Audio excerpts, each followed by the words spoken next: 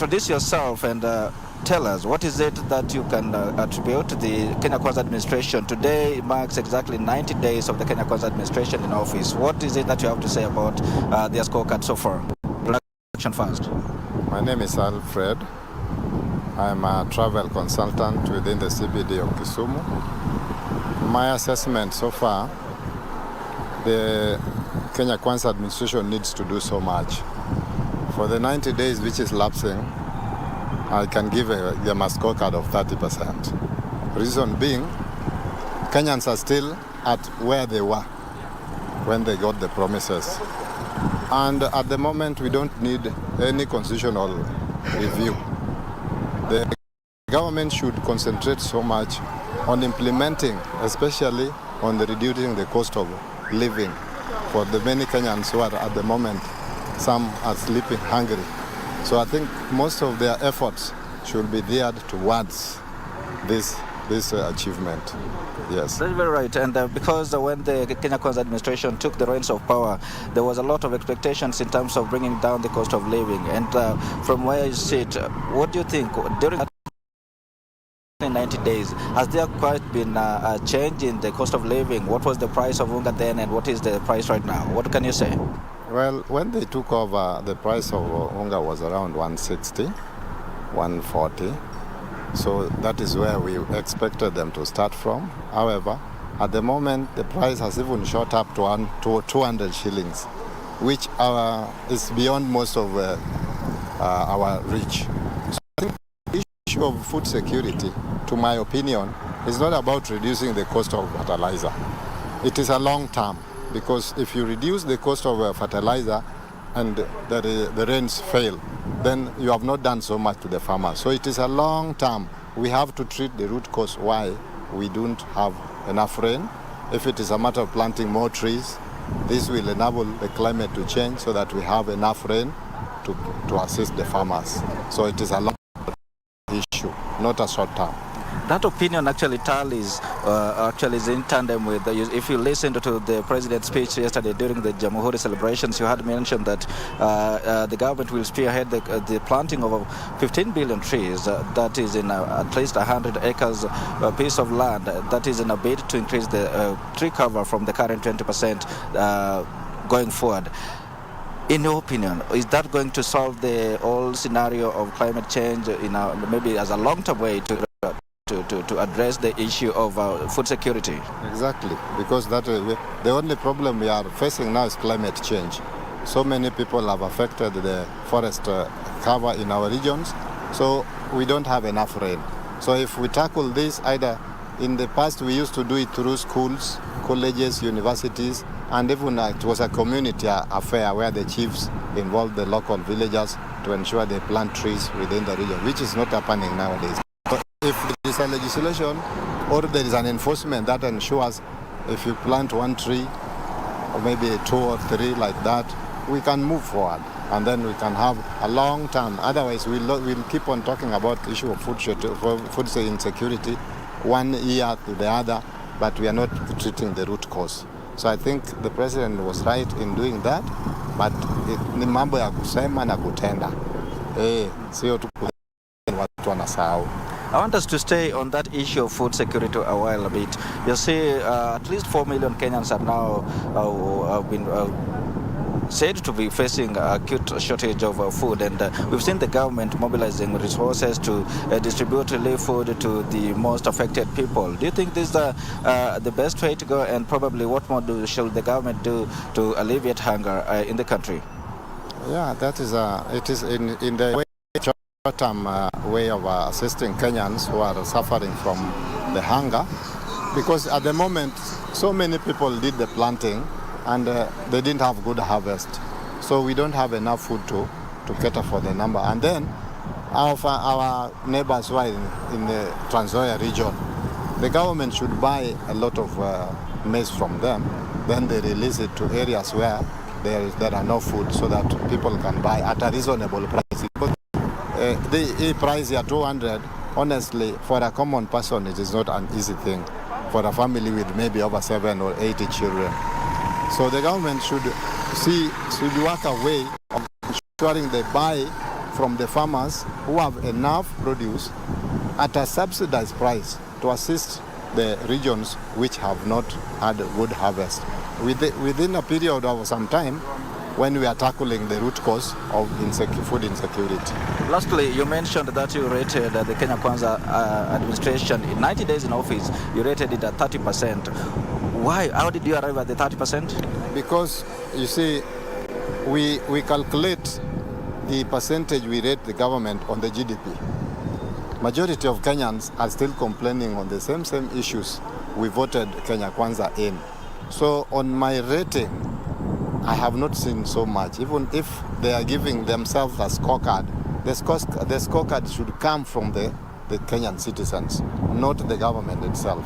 It is us to rate them, not them rating themselves. Yes, so on my side, I give a 30%. If they do much, maybe it can go to 35 or 40. Okay. Yeah. All right, Alfred, we'll get back to you later on and get to see what you talk about. 100 days come to elapse. Right now, O'Brien, I'm going to pick the mind of another gentleman here in the name of Alfred, Alfayo, yes. I'm going to give you this opportunity to introduce yourself, and also I'm going to pick your mind in terms of on the issue of fostering unity in the country. You see, government is one of the universal factors that bring people together in the country. Tell us, what do you think about the efforts by the government so far in fostering unity? We've seen, you can comment on the composition of the government in terms of cabinet and other appointment into various appointive positions. Thank you very much. My name is Alfayo Ngoro, a resident of Kisumu and also a activist of this Kisumu County. First and foremost, let me take this opportunity to congratulate the President of the Republic of Kenya. I had never done that before, but being today is our President, I want to take this opportunity to congratulate him so much, having taken that opportunity to lead us as Kenyans. Number two, let us talk, when you talk of the unity, so far, I would love to say that the President of the Republic of Kenya has got the mandate. Sorry, I think you're going to stand here probably to get a better view of what you have to say, right? Okay. So far, constitutionally, the President has got the mandate to unite Kenyans, especially in terms of the appointments that were recently made. To me, it didn't follow up the Constitution, because Constitution requires that when he's doing the appointment, it must be an inclusive to all Kenyans. Like when he was doing it, when we see all this, it's only the two tribes that were given the appointment, almost like the Kikuyus and the Kalenjins. Those were the people who have benefited from this government of the Republic of Kenya. But you see, in terms of, I'm not sure if that, what you're saying could be true, but then because I believe, you see in the cabinet, there's only a limited number of positions that could be, that are open for appointment, and we've seen that being distributed regionally. I don't know if there is more that the government probably could do. To me, my take, we have almost 45 tribes in Kenya. The best the President would have done, and at least this one will be a challenge to him, he would have taken each and every community and given them one slot in his government. For example, the Ministry of Finance, he would have given maybe to Kikuyu when it comes to agriculture, Rift Valley, when it goes to maybe mining, coast, he would have distributed it equally. But due to the fact that we know that the slots are limited, constitutionally, we are allowed to have like 20 cabinet secretaries or 21. He would have tried to contribute, but not to contribute it equally amongst every Kenyan citizen, especially into tribal. Okay, fine. Let's just move away from the appointment thing and talk to us about what is your rating of the Kenya Kwanza government, 90 days in office. What's your rating of it? I would give them 20%. Yes. Because there is nothing so much they've done. What they're doing, they're still in the celebration mode. They're still celebrating their victory. Everywhere they go, they have not sat back and realized that the Kenyans need them the most.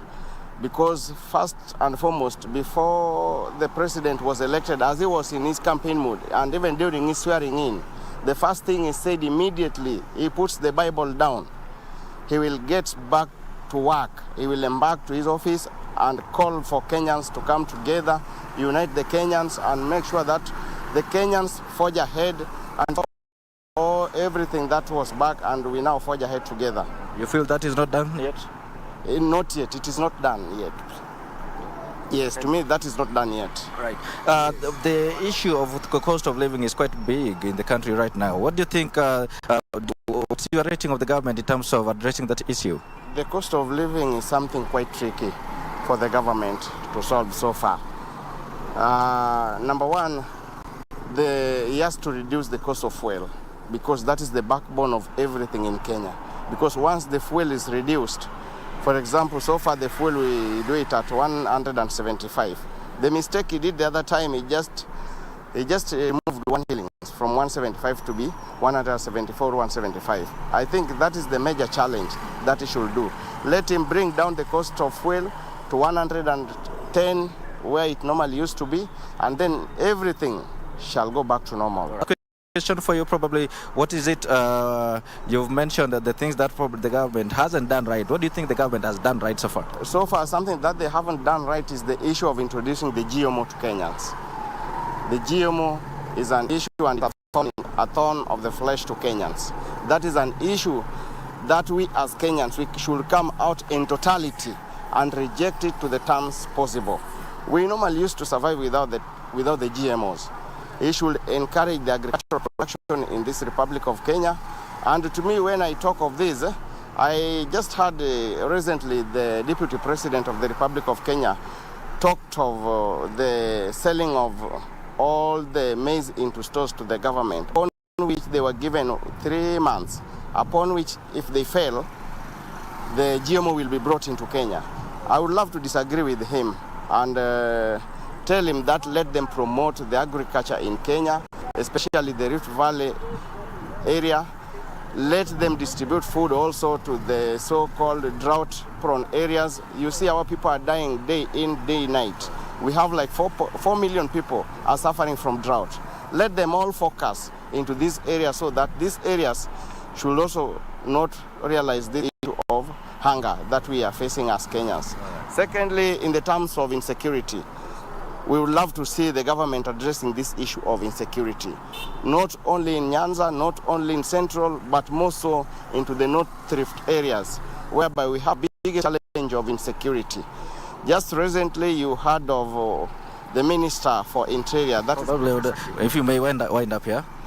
The Minister for Interior, Professor Kindiki Kithure, he said that this will be a thing of the past.